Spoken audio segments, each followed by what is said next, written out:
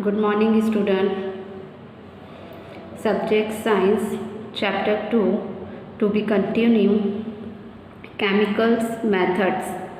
Salts and edible oils are common chemicals generally used to check the growth of microorganisms. Therefore, they are called preservatives. We add salt or acid preservatives to pickles to prevent the attack of microbes. Sodium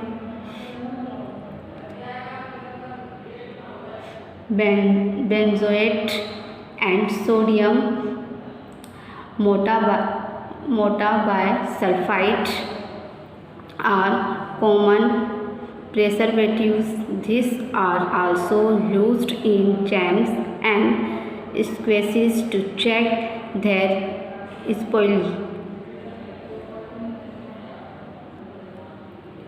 microorganisms की growth को रोकने के लिए common तरीके से salt और edible oil use होता है, इसलिए इसको प्रिजर्वेटिव्स कहते हैं। पिकल्स बनाने में सॉल्ट और एसिड प्रोजेटिव का यूज़ माइक्रोऑर्गेनिजम्स के अटैक को रोकने के लिए होता है। सोडियम बेंजोएट और सोडियम मेटाबाइसल्फाइड कॉमन प्रोजेटिव्स से और फ्रूट्स जैम और स्क्वैशेस को बिगड़ने से रोकते हैं। Preservations by common salt has been used to preserve meat and fish for ages. Meat and fish are covered with dry salt to check the growth of bacteria. Salting is also used to preserve amla, raw mangoes, tamarind, etc. ज़्यादा समय से salt को use meet और fish की प्रिजर्वेशंस के लिए किया जाता है। बैक्टीरिया की ग्रोथ रोकने के लिए मीट और फिश को ड्राई सॉल्ट से कवर कर दिया जाता है। सॉल्ट का यूज़ मैंगोज़,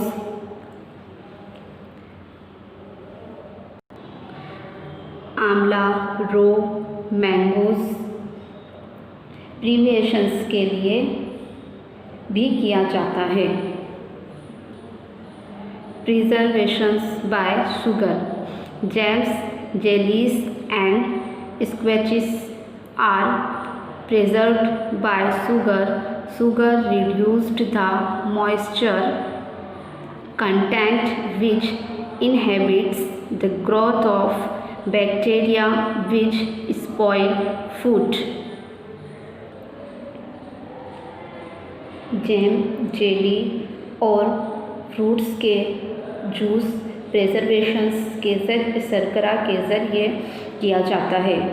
शर्करा मॉइस्चर के रिड्यूस कम करता है जो फूड को स्पॉइल करके बैक्टीरिया की ग्रोथ को कंटेंट करता है। Preservations by sugar. इसके बाद आपका क्या आएगा? Preservations by oil and vinegar. Use of oil and vinegar prevents spoilage of pickles because bacteria cannot live in such an environment. Vegetables, fruits, fish and meat are often preserved by this method.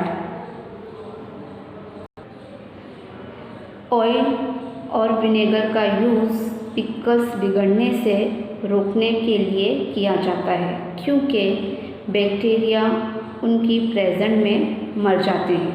Vegetables, fruit, fish और meat की preservations भी ये method से किया जाता है। Heat and cold treatments. You must have observe your mothers boiling milk before it is stored और used.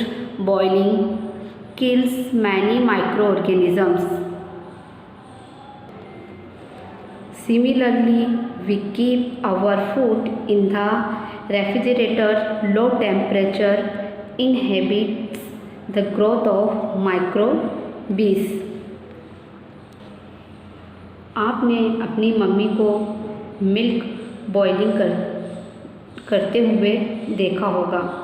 Boil करने से कई माइक्रो ऑर्गेनिज़म क्या होते हैं, मर जाते हैं। ये इस तरीके से अपने फूड्स को रेफ्रिजरेटर में रखते हैं कि लो टेम्परेचर में माइक्रोबीज की ग्रोथ को रोक सकते हैं। Why does the milk that comes in packets not spoil? My mother told me that the milk is pasteurized. What is pasteurizations? Packet में आने वाले मिल्क क्यों ख़राब नहीं होते? तो मेरी मम्मी ने बताया है कि ये मिल्क पोस्चराइज्ड है। पोस्चराइजेशंस यानी क्या?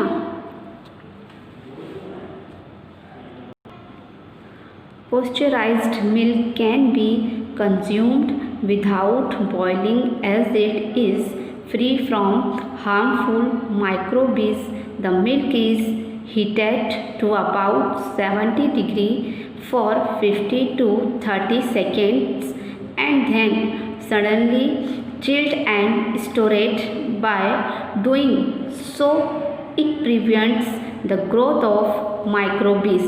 This process was discovered by Louis Pasteur. It is called pasteurization. Pasteurized milk को बॉइलिंग बगैर यूज़ किया जाता है क्योंकि फ्री माइक्रोबीज होते हैं।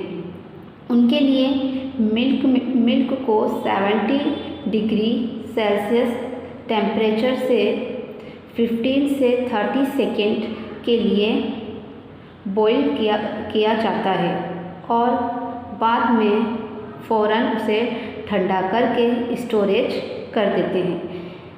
ऐसा करने से माइक्रोबीज की ग्रोथ रुक जाती है।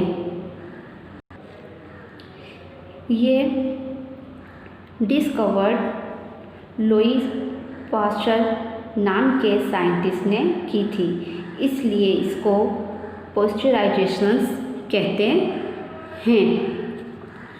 Storage and packing. These days, dry fruits and even vegetables are sold in sealed airtight packets to prevent the attack of microbes. आजकल ड्राई फ्रूट्स और वेजिटेबल्स को भी सील्ड टाइट करके बेचते हैं, जिससे माइक्रोबीज अटैक से बचा सकते हैं। Nitrogen fixation. You have learned about the bacterium rhizobium in classes 6 and 7. It is involved in the fixations of nitrogen in leguminous plants. Recall that rhizobium lives in the roots nodules of leguminous plants. figures 2.9 such as beans and peas, with which it has a symbiotic relationship. Sometimes nitrogen gets fixed through the actions of lighting, but you have that the amount of nitrogen in the atmosphere remains constant. You may wonder how. Let us understand this in the next section. आप standard 6 और 7 में rhizobium bacteria के बारे में पढ़ चुके हैं, जो लेग्यूमिनेशनस प्लांट्स में नाइट्रोजन फिक्सेशंस में मदद करता है। याद करो, राइजोबियम्स लेग्यूमिनियस प्लांट की रूट नोड्यूल्स रहते हैं, जो आपको फिगर 2.9 जैसे कि बीन्स और पीस के जिसके साथ सिम्बायोटिक रिलेशनशिप रखते हैं। समटाइम्स बिजली जो चमकने के ज़रिए एटमॉस्फेयर नाइट्रोजन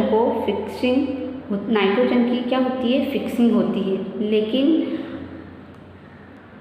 आपको मालूम है कि नाइट्रोजन की अमाउंट एटमॉस्फेयर में कंटेंट रहती है।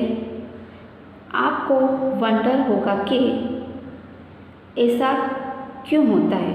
चलो नेक्स्ट सेक्शंस में हम समझेंगे। यहाँ हमें फिगर बताई हुई है roots of leguminous plants with root nodules. अब next topic, nitrogen cycle.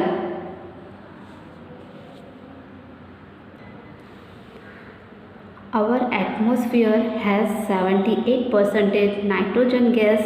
Nitrogen is one of the essential constituents of all living organisms. As part of proteins, chlorophylls, nucleic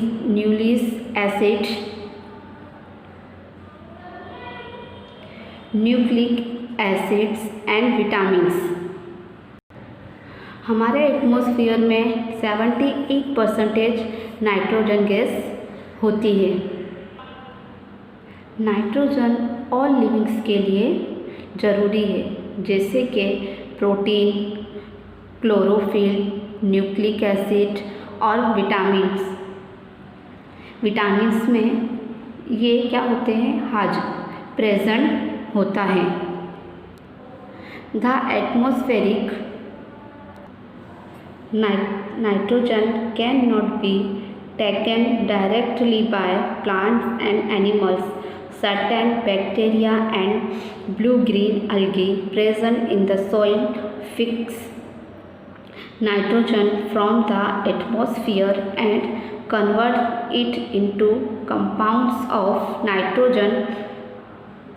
Once nitrogen is converted into these usable compounds, it can be utilized by plants from the soil through their root system. Nitrogen is then used for the synthesis of plants, proteins and other compounds. Animals feeding on plants get these proteins and other nitrogen compounds. Figure 2.10. Plants और animals atmosphere nitrogen को directly use कर नहीं सकते। Soil में रहे bacteria और blue green अलगी atmosphere में रहे नाइट्रोजन को फिक्स करके नाइट्रोजन कंपाउंड्स में कन्वर्ट होता है, जबकि नाइट्रोजन ऐसे कंपाउंड्स में कन्वर्ट हो जाता है कि जबकि प्लांट्स उसका यूज़ सोइल की रूट सिस्टम के ज़रिए करते हैं। इसके बाद नाइट्रोजन का यूज़ प्रोटीन और दूसरे कंपाउंड को सिंथेसिस के लिए करते हैं।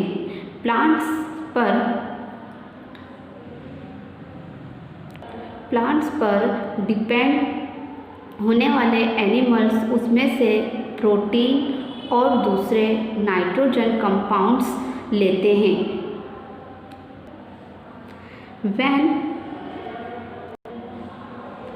When plants and animals die, bacteria and fungi present in the soil convert the nitrogenous waste into nitrogenous compounds to be used by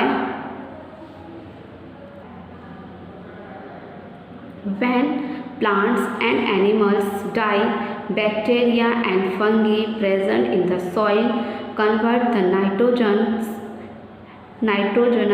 wastes into nitrogenous compounds to be used by plants. Again, certain other bacteria convert some parts of them to nitrogen gas, which goes back into the atmosphere. As a result, the percentage of nitrogen in the atmosphere remains more or less constant.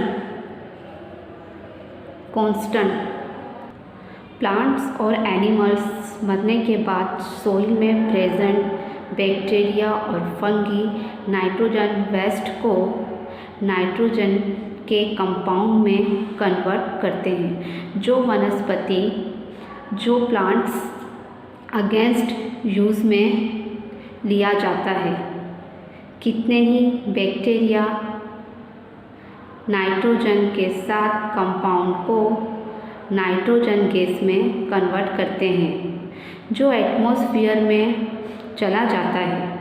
Result atmosphere में nitrogen की remain मोर और less constant रहती है। यहाँ पर आपको nitrogen cycle बताई गई है। एटमॉस्फेयर नाइट्रोजन में कहाँ में कन्वर्ट होता है, लाइटिंग में, और 2 पार्ट्स में कन्वर्ट होता है। एक lighting, second nitrogen fixing bacteria fix atmospheric nitrogen. फिर इसका कन्वर्ट होगा bacteria in turn fix nitrogen into nitrogenous compound. Lighting भी कन्वर्ट होगा, इसमें कंपाउंड्स और नाइट्रोजन इन द सोइल। ये सोइल कन्वर्ट होगा bacteria turn compounds of nitrogen into gases nitrogens में। अब ये compound nitrogen in the soil है, वो काय में कन्वर्ट होगा अपटेक बाय प्लांट्स में एनिमल्स ईट प्लांट्स, इसका कन्वर्ट होगा प्लांट्स खाएंगे, उसके बाद वो कन्वर्ट होगा nitrogenous waste from excretions and death.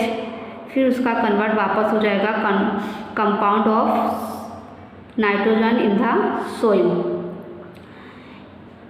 ऐसे कन्वर्ट होते होते वापस ये एटमॉस्फेरिक नाइट्रोजन में आएगा और इसका कन्वर्ट लास्ट में compound of nitrogen in the soil में होगा। यहाँ पर अपने को नाइट्रोजन साइकिल्स बताई गई है। यहाँ पर साइंस का 2nd चैप्टर कंप्लीट हो गया अपना।